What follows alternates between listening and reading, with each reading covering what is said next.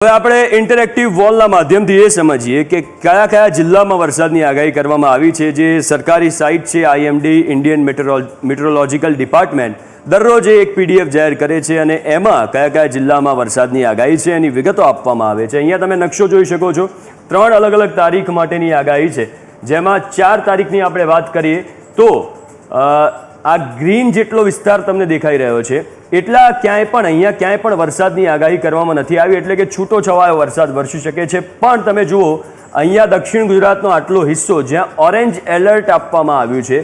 Orange એલર્ટનો મતલબ એ થાય છે કે ભારેથી અતિ ભારે વરસાદ છૂટા છવાયા સ્થળોએ પડી શકે છે।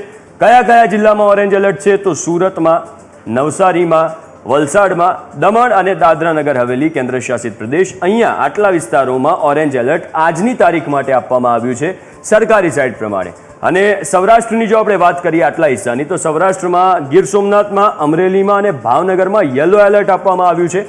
યલો એલર્ટનો મતલબ થાય છે કે ભારે વરસાદ વરસશે છૂટાછવાયા વિસ્તારોમાં। સૌરાષ્ટ્રમાં 3 જિલ્લામાં આજની તારીખમાં યલો એલર્ટ છે। પછી ઉત્તર ગુજરાત તરફ આપણે આવીએ તો ઉત્તર ગુજરાતમાં બનાસકાંઠામાં, સાબરકાંઠામાં અને અરવલ્લીમાં આ 3 જિલ્લામાં રેડ એલર્ટ આપી દેવામાં યલો એલર્ટ આપી દેવામાં આવ્યું છે, એટલે કે અહીંયા પણ ભારે વરસાદની આગાહી છે। અને મહીસાગર, દાહોદ, છોટાઉદેપુર, ભરૂચ અને નર્મદા, તાપી અને ડાંગ આટલા વિસ્તારોમાં પણ યલો એલર્ટ છે।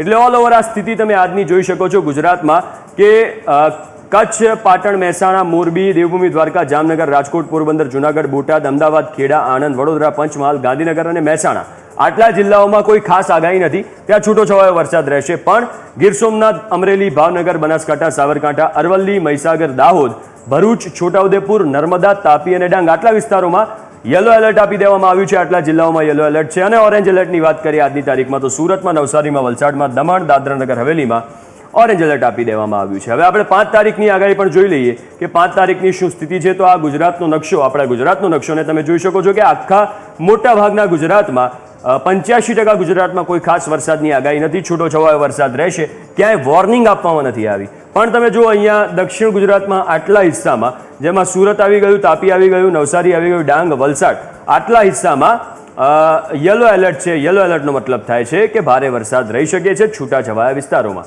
એટલે કે 5 તારીખ માટે સુરતમાં, તાપીમાં, નવસારીમાં, ડાંગમાં, વલસાડમાં, દમણ અને દાદરા નગર હવેલીમાં ઓલ ઓવર આ સ્થિતિ છે કે ભારે વરસાદ રહી શકે છે। તો 4 તારીખ અને 5 તારીખની વરસાદની આગાહી છે। કેટલાક જિલ્લાઓમાં ઓરેન્જ એલર્ટ આપવામાં આવ્યું છે, યલો એલર્ટ આપવામાં આવ્યું છે।